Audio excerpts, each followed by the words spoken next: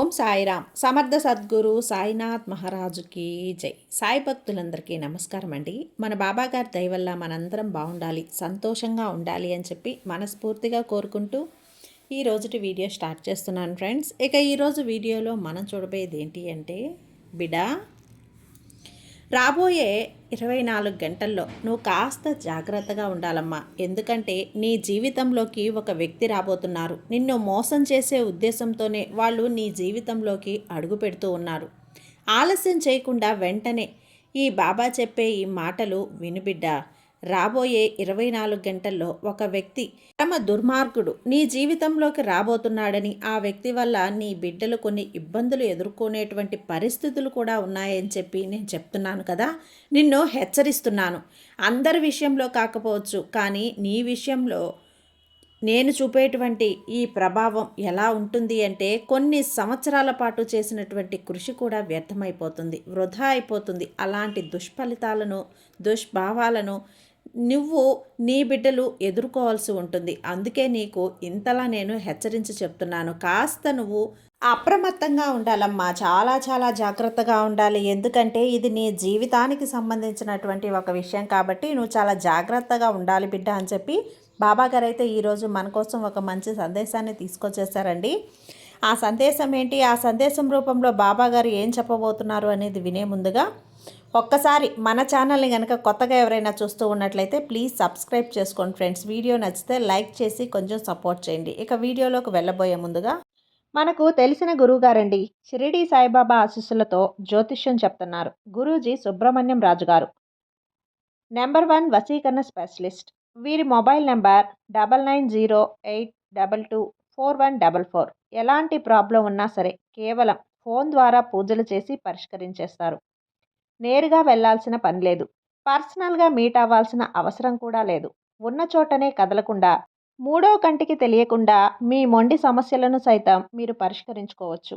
ప్రేమ, పెళ్లి, ఉద్యోగం, రాజకీయం, విదేశీ ప్రయాణం, ధనం నిలకడగా లేకపోవటం, భార్యాభర్తల మధ్య గొడవలు, ఆస్తి తగాదాలు, అప్పుల బాధలు, స్త్రీలు పురుషులు ఎటువంటి గుప్త సమస్యలున్నా సరే నెంబర్ 1 వశీకరణ స్పెషలిస్ట్.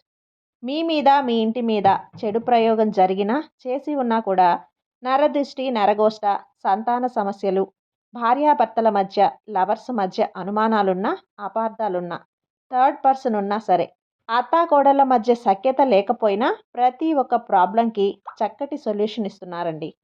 మీ వివరాలన్నీ కూడా సేఫ్ అండ్ సెక్యూర్గా ఉంచుతారు. మీకే కాదు, దేశ విదేశాల్లో ఉన్నవారు ఎలాంటి ప్రాబ్లమ్స్నైనా సరే పరిష్కరించుకుంటున్నారు. ఎంతోమంది విదేశాల్లో ఉన్నటువంటి వారు, దిక్కుతోచని పరిస్థితుల్లో అయోమయ స్థితిలో ఉన్నవారు ఇప్పుడు గురువుగారికి కాల్ చేసి వాళ్ళ ప్రాబ్లమ్స్ని సాల్వ్ చేసుకొని ఈరోజు హ్యాపీగా లైఫ్ లీడ్ చేస్తూ చాలా సంతోషంగా ఉన్నారు. కాబట్టే స్క్రీన్ మీద ఉన్నటువంటి నెంబర్కి ఒక్కసారి కాల్ చేయండి. మీ ప్రాబ్లంని గురువుగారితో పంచుకోండి. ఖచ్చితంగా గురువుగారు మీ ప్రాబ్లంకి సొల్యూషన్ చూపిస్తారు. ఒక్కసారి ఆ రాబోయేటువంటి వ్యక్తి ఎవరో, వారి మనస్తత్వం ఎలా ఉంటుందో 1-2 సార్లుగా నువ్వు వాళ్ళని పరీక్షించుకొని నీ జాగ్రత్తలో నువ్వు ఉండాలి. ఒకవేళ మంచివారైతే నీ జీవితంలోకి వచ్చారనుకో, అది నీకు చాలా అదృష్టవంతమవుతుంది. అలా కాకుండా చెడ్డవారే నీ జీవితంలో అడుగు పడబోతుందనుకో, వారు ముందుగానే జాగ్రత్తగా ఆలోచించి, తద్వారా వారి గురించి నువ్వు 1-2 సార్లు ఆలోచించి వాళ్ళని ఎక్కడుంచాలో అక్కడ ఉంచి నీ జీవితాన్ని నువ్వు కాపాడుకోవాలి. అర్థమవుతుందా? కాబట్టి నేను ఏం చెప్పినా, ఏమాత్రం కూడా నిర్లక్ష్యంగా ఉన్నా, ఈ సాయి మాటలను కొట్టిపారేసినా ఇక నీ జీవితంలో చాలా చాలా ఇబ్బంది పడాల్సి వస్తుంది. ఇక నీకు ఏం జరగకూడదు అనే ఒక పరుగున ఈ వార్తను నేను తీసుకొచ్చాను. నిర్లక్ష్యం చేయకుండా శ్రద్ధగా విను. ఒక రక్షణ కవచంలా నేనుంటానమ్మా నీకు. నిన్ను ఎవరైనా తాకాలంటే ముందు నన్ను దాటి తర్వాత నీ దగ్గరికి రావాలి. నువ్వు ధైర్యంగా ఉండు. ఎందుకంటే నిన్ను ఎవ్వరూ కూడా నన్ను దాటి నీ ముందుకు రాలేరు. అందుకే ఎప్పుడూ నీ సంతోషాన్ని నువ్వు కోల్పోవద్దు. నువ్వు ఎంతో కాలం సజావుగా ప్రశాంతంగా సాగిపోతున్న నీ సంతోషకరమైన జీవితంలోకి ఒక దుర్మార్గుడు రాబోతున్నాడు. జాగ్రత్త. ప్రశాంతంగా ఉన్న నీటిలోకి ఒక రాయి విసరగానే అది అల్లకల్లోలమైపోతుంది కదా. అలానే నీ జీవితంలో కూడా ఇలాంటి అల్లకల్లోలం సృష్టించడానికి ఒక దుర్మార్గుడు రాబోతున్నాడు. ఏమరపాటుగా ఉండకు. నిన్ను హెచ్చరించాలనే ఈరోజు నేనున్నాను. నువ్వు ముందుకొచ్చావమ్మా. ఇంత త్వరగా నీకు ఈ సందేశాన్ని తీసుకొచ్చాను. రాబోయే 24 గంటల్లో నువ్వు చాలా చాలా అప్రమత్తంగా ఉండాలి. ఎవరు ఏది చెప్పినా సరే నీకంటూ ఆలోచించి ఒక సొంత నిర్ణయం తీసుకో. ఎవరిని గుడ్డిగా నమ్మకూడదు. ఆ వ్యక్తి ఎవరు బాబా అని అడుగుతున్నావు కదా, అసలు వారి వల్ల నా జీవితంలో ఏం జరగబోతుంది, వాళ్ళని నేను ఎలా గుర్తించాలి తండ్రి? నేను అసలు ఎవరికీ కూడా ఏ హాని చేయలేదే, ఎలాంటి ద్రోహం కూడా చేయలేదు. మరి అలాంటప్పుడు నన్ను ఎవరు మోసం చేస్తారు? ఎవరు నాకు హాని తలపెట్టాలని చూస్తున్నారు? వీలైనంత వరకు అందరికీ కూడా నేను సహాయమే చేశాను కదా. ఎలాంటి కీడు కూడా చేయలేదు. పొరపాటున కూడా నా కలలో కూడా ఎవ్వరికీ కీడు తలపెట్టలేదు. మరి నాకు ఈ కష్టాలు ఎందుకు అని మనసులో ఒక ప్రశ్న మొదలైంది కదా. అందుకు సమాధానం చెప్తాను, జాగ్రత్తగా విను. మోసం చేసేవారికి మంచివారైనా చెడ్డవారైనా ఎలాంటి మార్పు ఉండదు. మోసం చేయాలన్న ఆలోచన మాత్రమే వారి మనసులో మెదులుతూ ఉంటుంది. నిన్ను మోసం చేసి ముంచేసి ఇక వారి దారిన వారు వెళ్తూ ఉంటారు. ఇక నీకు అస్సలు కనిపించకుండా మాయమైపోతారు. ఎప్పుడూ నీ వెంట తిరిగే వాళ్ళు కనీసం నీ కంటికి కూడా కనిపించరు. వాళ్ళు ఎలా వస్తారో తెలుసా బిడ్డ? నీకు పరిచయం ఉన్న వాళ్ళలాగా వస్తారు. నీతో ఏదో పని ఉన్నట్లుగా వస్తారు. నీ అవసరం తీరుస్తున్నట్లు వస్తారు. లేకపోతే స్వయంగా నీకు అవకాశాలే ఇస్తామని చెప్పి వస్తారు తల్లి. ఇలా వారు ఏదో ఒక మార్గంలో నిన్ను చేరాలని చూస్తారు. ఏదో ఒక రూపంలో నీ దగ్గరకు చేరుతారు. మాటలతో మాయలతో మభ్యపెడతారు. జాగ్రత్తగా ఉండాలి అని అందరూ అలానే ఉండరు కదా. కొందరు మనసు మాత్రమే అలా ఉంటుంది. కాస్త జాగ్రత్త వహిస్తే నువ్వు ఇలాంటి ఇబ్బందులలో ఇరుక్కోవు.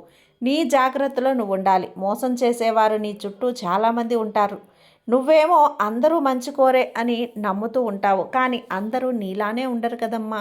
నీకేమో అబద్ధాలు చెప్పటం రాదు, నిన్ను మోసం చేయటం రాదు, అంతకన్నా నీకు తెలియదు. ఎవరిని బాధ పెట్టడం తెలియదు. అందరూ బాగుండాలి అని కోరుకుంటావు. ఈ ప్రపంచంలో ఉన్నవారు సమయానుగుణంగా వెళ్ళేవారు కొందరు ఉంటే, అవసరానికి అబద్ధాలు చెప్పేవారు మరికొందరు ఉంటారు. వారి మోసాలతో ఇతరులను మోసం చేసేవాళ్ళు మరికొందరు ఉంటారు. ఇలా మనుషులు రకరకాలుగా ఉంటారు. నువ్వు అందరినీ కూడా మంచివారని అనుకుంటే నువ్వే ఇబ్బంది పడతావు. నువ్వేమో అందరినీ ఒకేలా చూస్తూ ఉన్నావు. అందరూ ఒకేలా ఆలోచిస్తారని భ్రమపడుతూ ఉన్నావు. ఇక నువ్వు భ్రమ నుంచి బయటకు రావాల్సిన సమయం వచ్చింది బిడ్డ. తప్పకుండా నువ్వు ఆ భ్రమ నుంచి బయటపడి తీరాలి. లేదంటే చిక్కుల్లో పడతావు, సమస్యల్లో ఇరుక్కుంటావు. నీ చేతులారా నువ్వే కష్టాలను కొని తెచ్చుకుంటావు. ఎలా నువ్వు సమస్యల్లో ఇరుక్కోకూడదని నేను ముందుగానే ఈ సందేశాన్ని నీకు పంపాను. ఏమాత్రం అశ్రద్ధ చేయొద్దు, ఏమాత్రం అజాగ్రత్తగా ఉండొద్దు. ముఖ్యంగా నీకు ఒక వ్యక్తి వల్ల పరిచయం జరగబోతోంది. ఆ వ్యక్తి ఉద్యోగ వ్యాపార రీత్యా నీకు పరిచయం అవుతాడు. నిన్ను చాలా మెప్పిస్తాడు. వారికంటే మంచివారు ఇంకెవ్వరూ ఉండరేమో అనేంతలా నిన్ను అనిపిస్తాడు. నువ్వు పని చేసే చోట కానీ, వ్యాపారం చేసే చోట కానీ, లేదంటే ఆ వ్యక్తి ఉద్యోగ వ్యాపారాల్లో ఎక్కడైనా సరే నీకు తారసపడతాడు, నీకు పరిచయం అవుతాడు. ఉన్న వాళ్ళలాగానో లేదైనా ఎక్కడైనా సరే నీకు పరిచయం కొత్తగా కూడా అవ్వచ్చు. ఆ పరిచయం చాలా దూరం వెళుతుందమ్మా. నీ జీవితాన్ని కష్టాల కొలిమిలోకి నెట్టేస్తుంది. కాబట్టి నువ్వు ఆ వ్యక్తితో ఎంతవరకు ఉండాలో అంతవరకే ఉండు. నీ ప్రతి విషయాన్ని వారితో పంచుకోవద్దు. నీ రహస్యాలను వారితో ఎట్టి పరిస్థితుల్లోనా పంచుకోవద్దు. నీకు ప్రమాదం పొంచి ఉంది అని తెలియగానే వారికి తప్పకుండా దూరం పెట్టేసేయి. నువ్వు ఏ నిర్ణయం తీసుకోవాలన్నా సరే గుడ్డిగా వారిని నమ్మొద్దు బిడ్డ. నీ మనసే నిన్ను హెచ్చరిస్తుంది జాగ్రత్తగా ఉండు అని. వీరితో చాలా జాగ్రత్తగా ఉండాలి అని నీ మనసే నీకు చెబుతుంది. వారితో గొడవకు దిగకమ్మా, నిదానంగా అక్కడి నుంచి వెళ్ళిపో. అలా అని అందరినీ అవమానిస్తావేమో, అది కూడా మంచిది కాదు. ఎవరి గురించైనా సరే ఒక్కసారి చూడగానే వారి అభిప్రాయం రాకూడదు. వారిపైన ఒక నిర్ణయం తెచ్చేసుకోకూడదు. వారు ఎవరో, ఎలాంటి వారో, వారి మనస్తత్వం ఎలాంటిదో తెలుసుకునే వరకు నీ జాగ్రత్తలో నువ్వు ఉండాలి. అర్థమవుతుందా?